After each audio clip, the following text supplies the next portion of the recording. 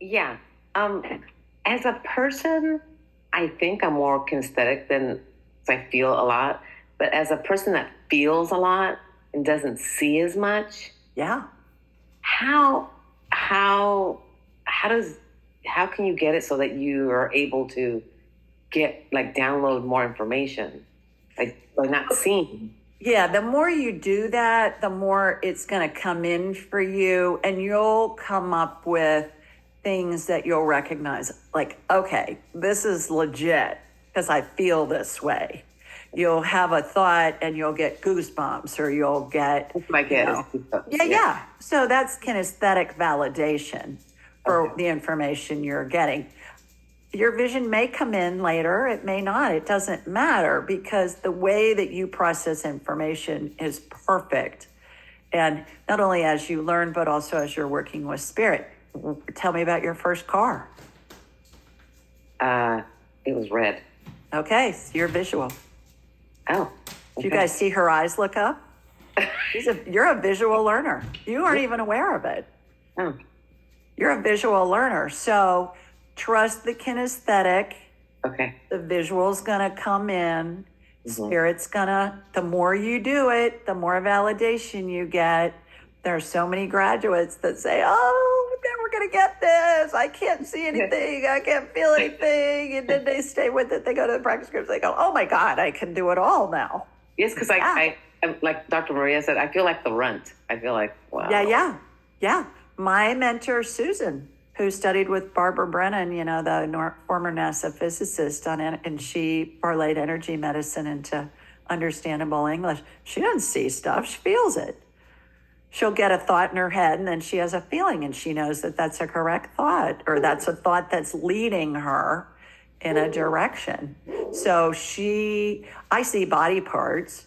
She'll be led from a feeling standpoint to go focus the energy like on a liver or on a left breast or on a right collarbone or whatever. So visual is what I do. So that's what I talk about because that's my frame of reference. But then I'll still get goosebumps, and I'll get direct knowing. I'll get divine downloads, and I'll hear things, and I'll smell things, and Okay. yeah. Okay. Yeah. Thank you. Yeah, just trust. It's the adventure.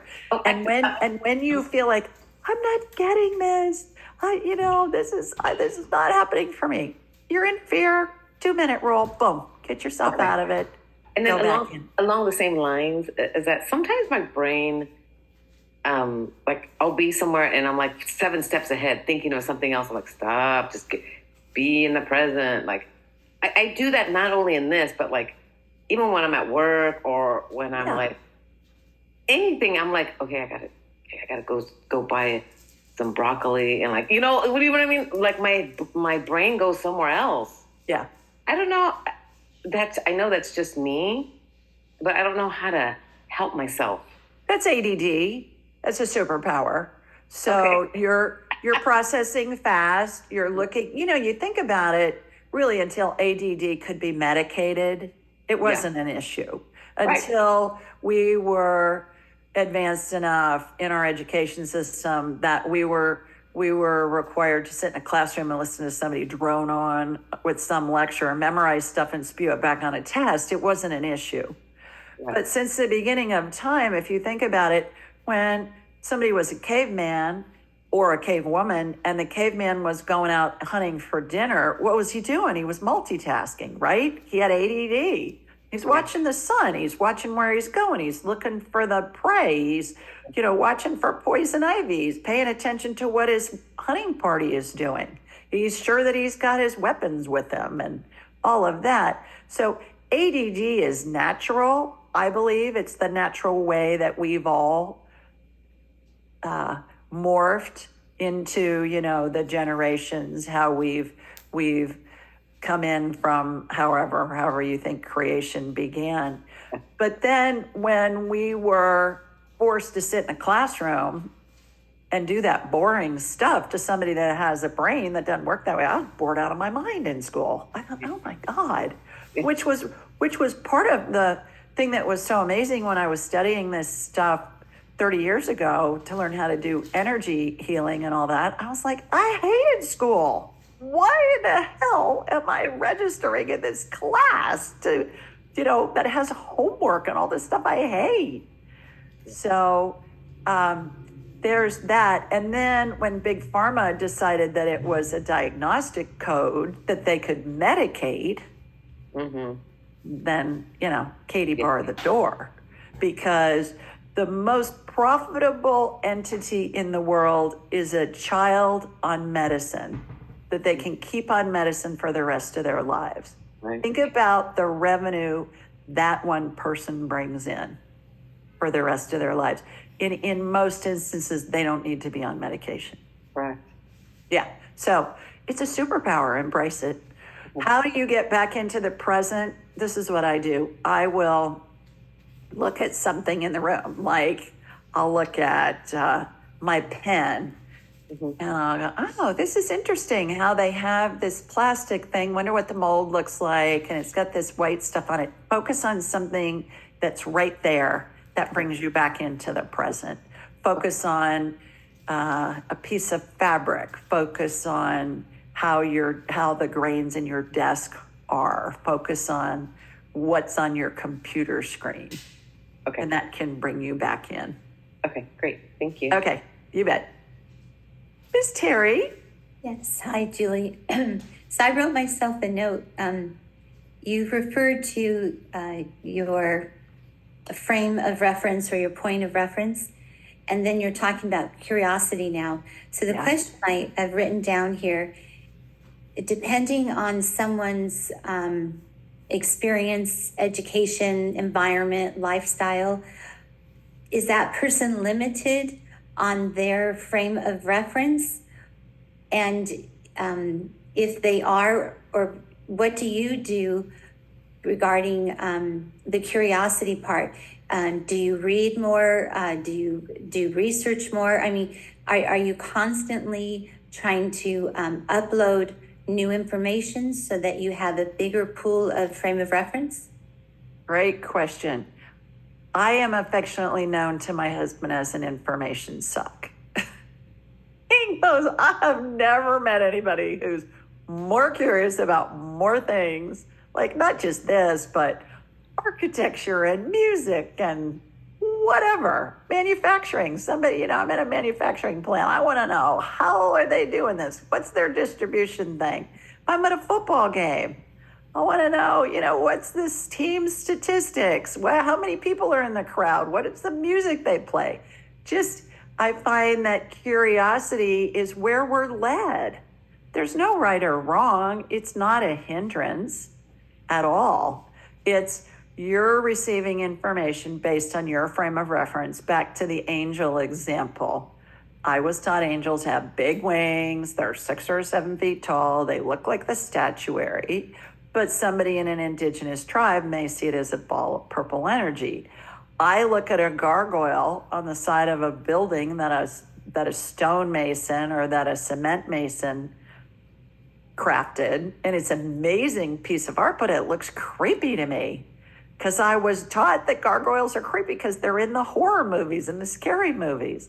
Somebody in an indigenous tribe may look at a gargoyle and say, ooh, what kind of dog is that? Where does that dog live? They haven't been taught to be afraid of it. So our frame of reference just helps us translate the signs and the information that we get from spirit. It's like when you go to a foreign country and you're in the airport and you don't speak the language, well, they're going to have a sign of a toilet probably on their wall that's going to let you know that's a symbol for the bathroom. What we're doing is we're translating spirit, and we're going to translate spirit through our internal frame of reference, and it's all perfect. So if you're led to explore something further, do it. If you're not, don't. Just ask questions. Curiosity is questions. You'll get information. That's what I was going to ask you about, the curiosity part. So if you go where you're led, and is that going to raise your vibration the more curious you are? Because obviously if you're curious, you're going to research it more or read about it more or, talk to experts about it? I mean, do you find yourself that, because like for me, I, not being in the medical equipment, making patent industry, that wouldn't be my frame of reference. Yeah. But if I was to do a medical scan on someone, it might be a different frame of reference. But do you find yourself that your vibration is higher because you're being more curious? No, not necessarily, but I think curiosity gets us out of fear. And when you're worried about not knowing enough medical terms and stuff like that, you're in fear, and it's an irrational fear. So I see a patch that will go on as part of a healing, and it reminds me of a gauze patch, like a 4x4 that you'd use for a dressing, like a wound dressing. And if you look at that gauze dressing, it has vertical and horizontal threads on it. You can see how it's been woven on a loom to make those threads. So I watch that. It has blue lines. I'll watch it sink into a wound, and it adds structure. You may see something that's going to help heal a wound as a leaf. You may perceive it as a dish towel. You may perceive it as a spider web. You may perceive it. I mean, there's endless comparisons. I see it in a way that it makes sense to me. When it comes into you, trust how it makes sense to you. There's not a right way or a wrong way to do this. Okay, well, that answers my question. Yeah. Yeah, you bet. Who else has questions? Anybody on any of this stuff that we've covered? Lily? Yeah, I have another question. I missed the morning. I have to go back. But you had mentioned that you like to get energy from the earth, like when you ground up. Yeah. I do it the other way. Actually, I do it both ways. And I don't... Yeah. But you said that's more powerful? I believe it is. Okay. That's been my experience. So you don't bring anything here. Everything comes this way, and it goes out through your solar plexus? Goes out through the top of my head. Oh, to the top of your head. Okay. You mentioned something about like the solar plexus. Did I miss Solar plexus are where the bioplasmic streamers go. Oh, so when I'm connecting with somebody and I'll say, here comes my laser beam from Sweet Home. Oh, that's where you're Alabama. connecting. Okay. That's where I connect. Yeah. Okay. And back to the core of the earth, that scalar energy, which is downgraded plasma energy, which comes from creator, comes from God, in my opinion. Yes. Electromagnetic energy is a very downgraded type of energy. That's what powers our homes and our businesses and things.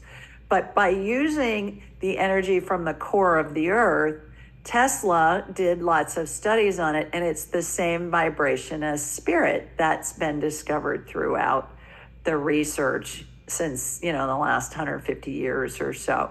I find it really easy. I don't have to worry about what's the frequency of the energy I'm bringing in from up above. I know if I'm bringing it up from the core of the earth, I'm in the same vibration as spirit. Okay, set me loose. It's one last thing I have to be concerned about. You can do it however it works for you.